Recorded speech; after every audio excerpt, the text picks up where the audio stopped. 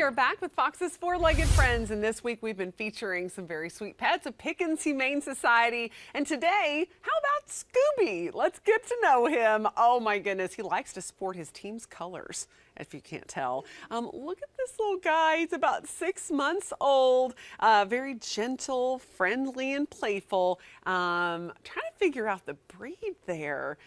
I'm sure just, kind of a mutt mix there, but kind of a smaller pup, likely to do a little bit more growing. Can be dominant with other males, so be aware of that if you have another male dog in your house. Walks well on a leash and actually knows some basic commands. So along with all that cuteness, he's pretty smart.